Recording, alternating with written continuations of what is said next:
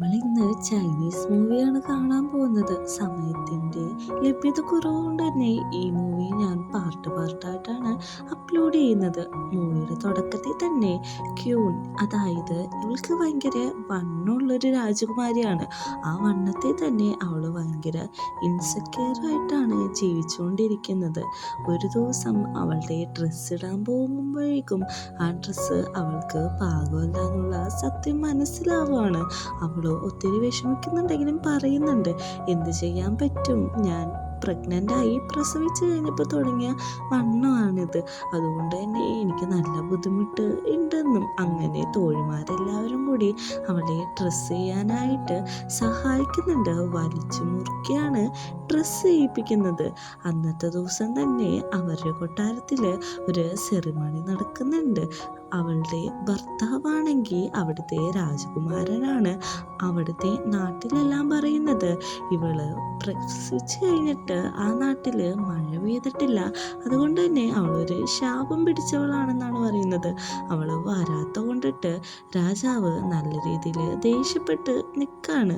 അങ്ങനെ സെറിമണി നടക്കുന്ന സമയത്ത് അവളാണെങ്കിൽ ഓടി വരികയാണ്. പരിപാടി തുറങ്ങല്ലേ, ഞാൻ എത്തിയിട്ടുണ്ട് എന്ന് പറഞ്ഞിട്ട് ആ ഡ്രസ്സിൽ കതച്ചാണ് ഓടി വരുന്നത്.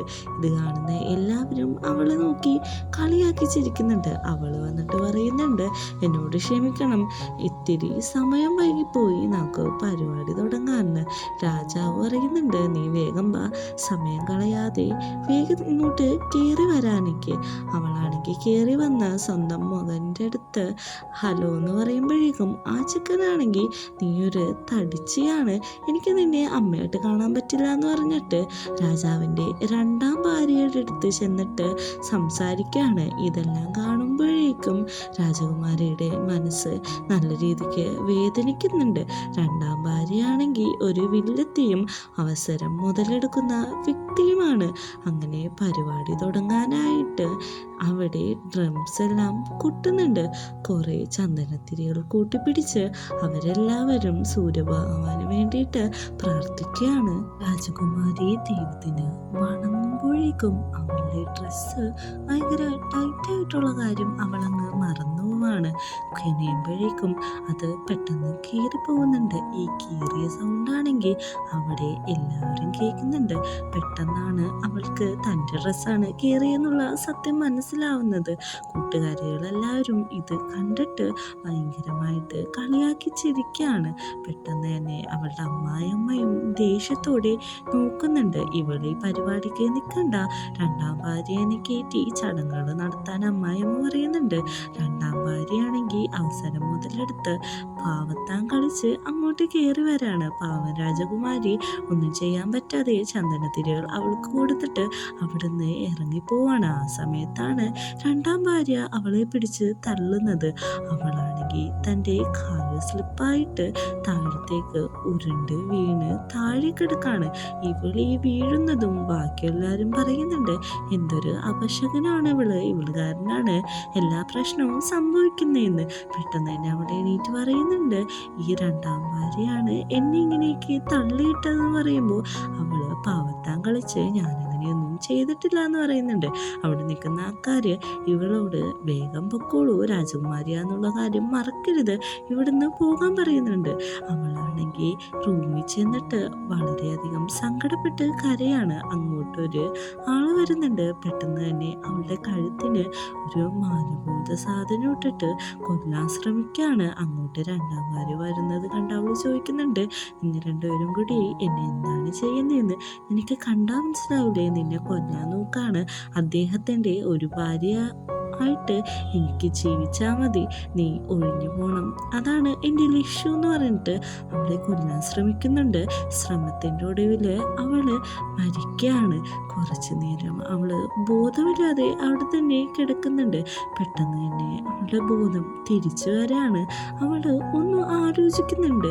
അതായത് ഇവളുടെ ബോധം നഷ്ടമാകുമ്പോഴേക്കും ഇവള് ഒരു കാറ് ഇടിച്ച് അവിടെ താഴെ വീണ് കിടക്കുന്നതാണ്. ഇവളൊരു MBBS US ഗ്രാജുവേറ്റ് സ്റ്റുഡൻ്റ് ആണ്.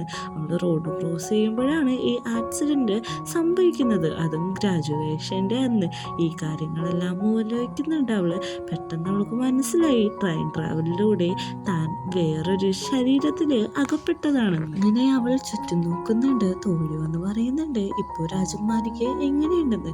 രാജകുമാരി ഇത് ആരെയാണ് നിങ്ങൾ പറയുന്നതെന്ന് ആലോചിക്കുമ്പോഴാണ് കുറച്ചു മുമ്പ് നടന്നത്, അതായത് ശരിക്കുള്ള രാജകുമാരിക്ക് സംഭവിച്ച കാര്യങ്ങളെല്ലാം ഇവൾക്ക് മനസ്സിലാവുന്നത്. കൊല്ലാൻ നോക്കിയതും ഇവരെല്ലാവരും അവളെ അത്രയധികം അപമാനിച്ച കാര്യങ്ങളെല്ലാം അവൾക്ക് മനസ്സിലാവുമെന്ന്.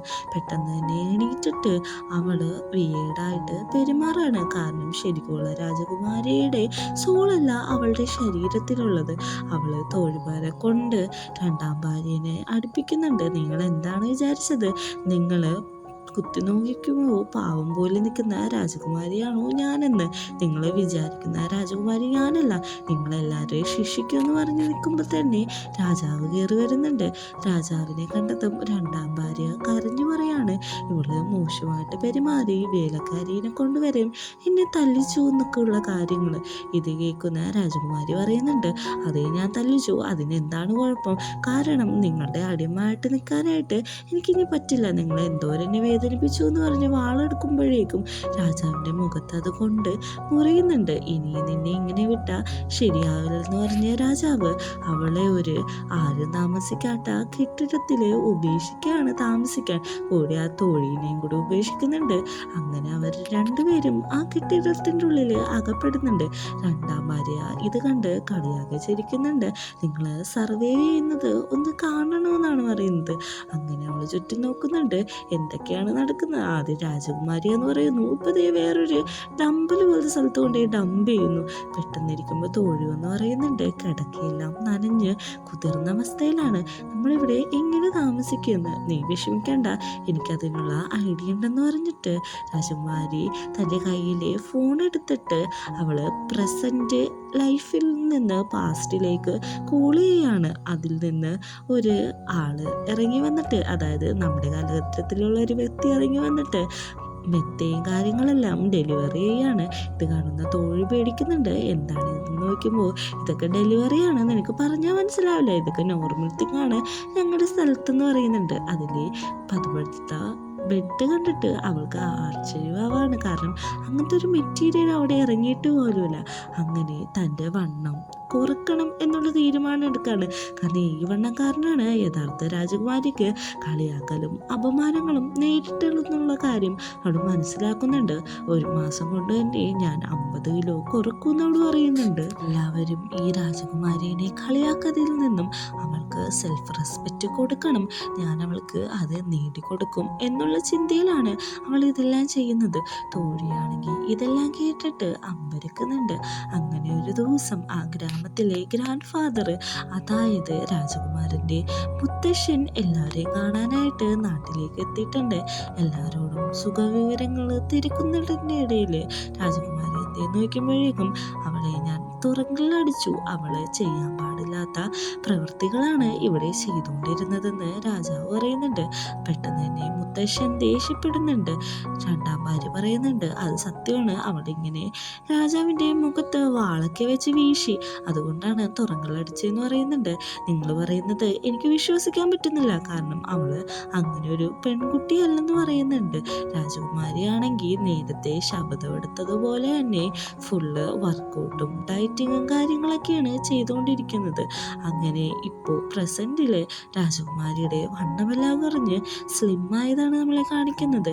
ഇവർ രണ്ടുപേരും ഇങ്ങനെ ഇരിക്കുമ്പോൾ തന്നെ അവിടുത്തെ ഒരു സർവൻ്റ് വന്ന് പറയുന്നുണ്ട്, മുത്തശ്ശൻ വന്നിട്ടുണ്ട്, രാജകുമാരിനെ കാണണമെന്നാണ് പറയുന്നത്, അതുകൊണ്ട് ഇപ്പോൾ തന്നെ പുറപ്പെടുവിക്കണമെന്ന് പറയുന്നുണ്ട്. ഇത് കേൾക്കുന്ന രാജകുമാരിക്ക് വളരെയധികം സന്തോഷം തോന്നുന്നുണ്ട്. അങ്ങനെ അവൾ പ്രസൻറ്റിലെ, അതായത് 2025 നിന്ന് ഓർഡർ ചെയ്ത ഒരു ബ്യൂട്ടിഫുൾ ആയിട്ടുള്ള ഗൗൺ ഇട്ടിട്ടാണ് അങ്ങോട്ട് ചെല്ലുന്നത്. അവളെ കാണുന്ന എല്ലാവരും അമ്പരക്കുന്നുണ്ട്. മുത്തശ്ശൻ വരെ തൻ്റെ കണ്ണു തിരുമ്മി നോക്കുന്നുണ്ട്. എല്ലാവരും അവളുടെ സൗന്ദര്യത്തെ പുകഴ്ത്താണ്. രാജകുമാരിക്ക് എങ്ങനെയാണ് ഇത്രയും പെട്ടെന്ന് വണ്ണം കുറഞ്ഞത്, ഇപ്പോൾ കാണാൻ അതീവ സുന്ദരിയായിട്ടുണ്ടെന്ന് പുകഴ്ത്തുന്നുണ്ട്. എല്ലാവരും ഇവളെ പുകഴ്ത്തുന്ന കാണുന്ന രണ്ടാം ഭാര്യ പറയുന്നുണ്ട്, ഇത് രാജകുമാരിയൊന്നല്ല, വേഷം മാറി വന്നേക്കുന്ന വേറെ ആരോ ആണെന്ന് പറയുമ്പോഴേക്കും രാജകുമാരി രാജാവിൻ്റെ അടുത്ത് എന്നിട്ട് ചോദിക്കുന്നുണ്ട്, നിങ്ങൾ പറയൂ, ഞാൻ നിങ്ങളുടെ രാജകുമാരി അല്ലേ എന്ന്. അതേ എന്നാണ് അവനും പറയുന്നത്. എല്ലാവരും അവളുടെ സൗന്ദര്യത്തിൽ മയമൊരുക്കുന്നുണ്ട്, അവളുടെ മകൻ പോലും. അങ്ങനെ അവിടെ മീറ്റിംഗ് തുടങ്ങുന്നുണ്ട്. മീറ്റിംഗ് തുടങ്ങുമ്പോൾ തന്നെ രണ്ടാം ഭാര്യ ഗ്രാൻഡ് ഫാദറിന് കൊടുക്കാനായിട്ട് ഒരു ഗിഫ്റ്റ് പ്രിപ്പയർ ചെയ്തിട്ടുണ്ട്. അത് വേറൊന്നുമല്ല, തുണിയിൽ ഇങ്ങനെ അവൻ്റെ പേരൊക്കെ എഴുതിയ ഒരു കാർഡ് പോലത്തെ ഒരു സംഭവമാണ്. ഇത് കാണുന്ന എല്ലാവരും ആശ്ചര്യപ്പെടുന്നുണ്ട്. കാരണം ആ കാലഘട്ടത്തിലെ വളരെ വലിയ സംഭവമാണ് ഇത്. ഇത് കാണുന്ന അമ്മായിമ്മ പറയുന്നുണ്ട്, അവൾ ഇന്നലെ സ്വന്തം കൈ കൊണ്ട് 2 മണിക്കൂർ എണീക്കാതിരുന്ന് ചെയ്തതാണ്. അതിലൂടെ അവളുടെ കൈയെല്ലാം മുറിഞ്ഞിട്ടുണ്ടെന്ന് പറയുമ്പോഴേക്കും അതൊന്നും കുഴപ്പമില്ല, മുത്തച്ഛന് വേണ്ടി ആയതുകൊണ്ട് എനിക്ക് സന്തോഷമുള്ളൂ എന്ന്. ഇതെല്ലാം കാണുന്ന രാജകുമാരിയാണെങ്കിൽ, ഞാൻ മുത്തച്ഛന് ഒരു അടിപൊളി സാധനമാണ് തരാൻ പോണത്, വേറൊന്നുമല്ല, നിങ്ങൾ കണ്ട നെട്ടു എന്ന് പറയുന്നുണ്ട്. എല്ലാവരും അവളെ എന്താണ് ഈ കാണിക്കാൻ പോകുന്നതെന്നുള്ള ഉത്കണ്ഠയിലാണ് ഇരിക്കുന്നത്. പെട്ടെന്ന് തന്നെ അവള് കാണിക്കുമ്പോൾ ഒരു കൂളറാണ്. ഇത് പരിചയമില്ലാത്ത എല്ലാവരും പറയുന്നുണ്ട്, ഈ ലോഹ കഷ്ണം എന്താണ് ചെയ്യാൻ പോകുന്നത്, ഇത്രയും വലിയ ലോഹ കഷ്ണം മുത്തശ്ശന് കൊടുത്തിട്ട് മുത്തശ്ശൻ എന്താണ് ഗുണമെന്നൊക്കെ.